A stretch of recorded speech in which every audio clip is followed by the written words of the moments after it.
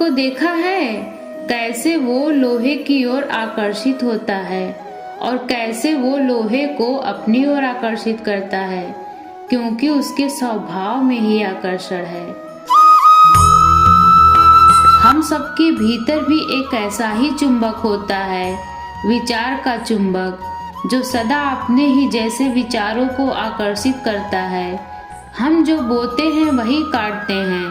उसी प्रकार हम जैसा सोचते हैं वैसा ही पाते हैं। साधु ईश्वर का नाम जपता है तो उसे ईश्वर मिल जाते हैं, अर्थात फल हमारी सोच पर निर्भर करता है।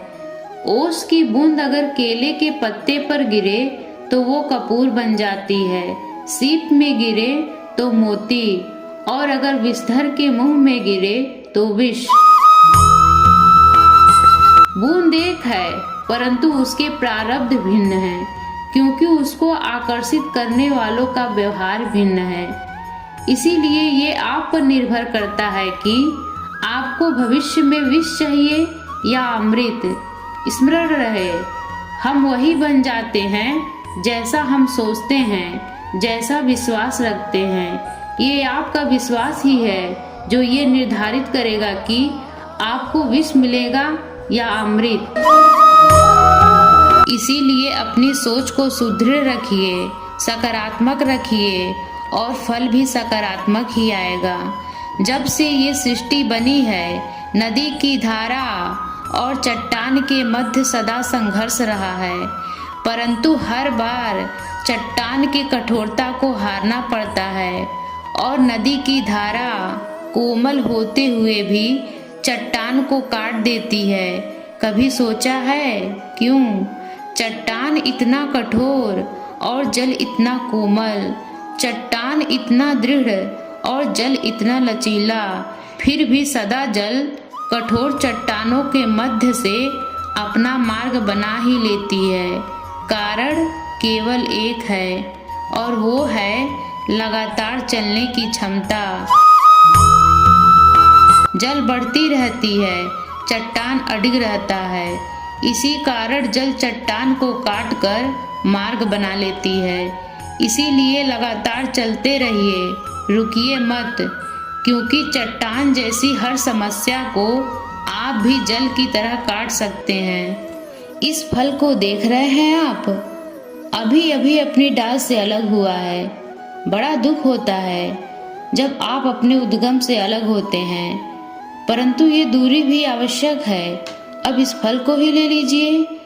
अपने जीवन दाता वृक्ष से अलग होकर ये ना केवल किसी की भूख शांत करेगा, अपितु इसके भीतर के बीज से एक नए वृक्ष का सृजन भी होगा और कई फल जन्मेंगे। सृजन की प्रतिक्रिया में पीड़ा आवश्यक है, और यदि पीड़ा नहीं होगी तो सृजन नहीं होगा। पीड़ा अपने उद्गम से दूर होने में, पीड़ा अपनों से दूर होने में। इस फल की भांति हम मनुष्यों को भी अपने उद्गम से, अपने सगे संबंधियों से अलग होना पड़ता है, और यही अलगाव एक नए सृजन को, एक नई सृष्टि को, एक नए विकास को जन्म देता है। इसीलिए ऐसे अलगाव से दुखी मत होइए, उसका स्वागत कीजिए, क्योंकि ये विकास की नींव है। अपराध वो भावना है जिसके कारण संसार में सदा दुख ही व्याप्त रहता है। हम सब अपराधियों से घृणा करते हैं, उन्हें कोसते हैं, परंतु क्या कभी विचार किया है कि कोई भी जन्म से अपराधी नहीं होता? तो ऐसा क्या कारण है कि कोई इतना बुरा बन जाता है कि वो बुराई की सीमाएं ही पार कर देता है? कारण है कामना।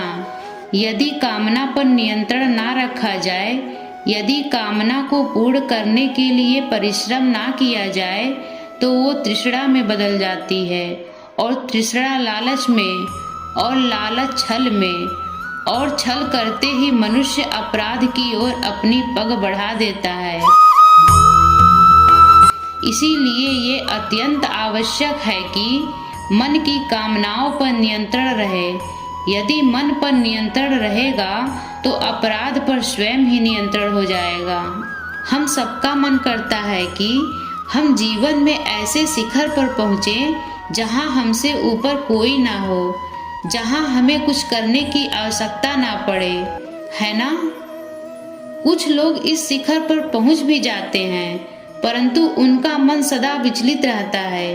ये मनोरंजक बात है ना कि जिस विश्राम को पाने के लिए हम इतनी मेहनत करते हैं, इतना परिश्रम करते हैं, वो हमें मिलता ही नहीं।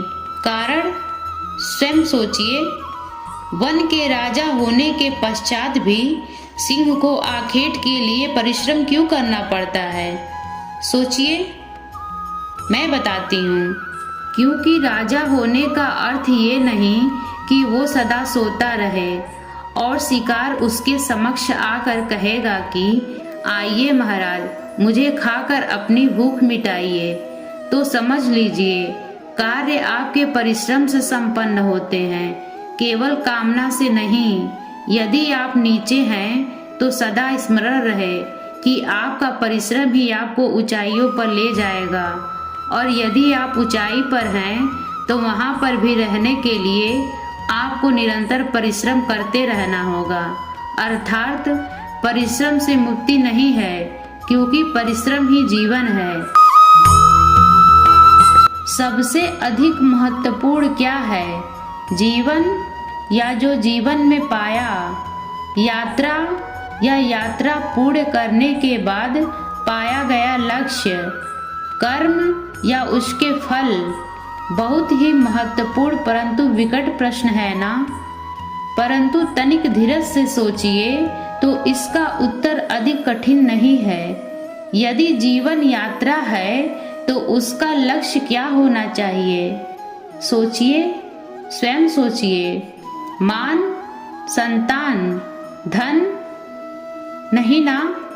अंतिम लक्ष्य है परम आनंद, और ये अचानक से नहीं मिलता।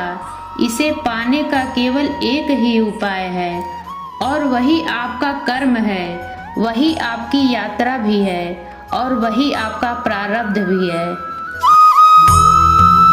और आपको कौन बताता है कि आपके लिए सही क्या है? वो है आपका मन, जो मस्तिष्क की भांति हानि और लाभ नहीं सोचता, जो आपको ये बताता है कि सुख किसमें है, संसार का कल्याण किसमें है, आनंद किसमें है। यही आपका मन संयमित है तो वो आपका सबसे महत्वपूर्ण मार्गदर्शक है, जो आपकी यात्रा, आपका लक्ष्य, आपके कर्म और उसके फलों को सबको शुभ बना सकता है। इन पक्षियों को देख रहे हैं आप? इनका उड़ना वायु में इतना संतुलन मुक्त कर देता है ना।